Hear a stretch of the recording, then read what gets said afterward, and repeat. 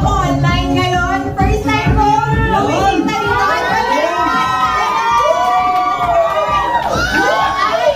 Casey Alvarez, an architect and interior designer based in Singapore.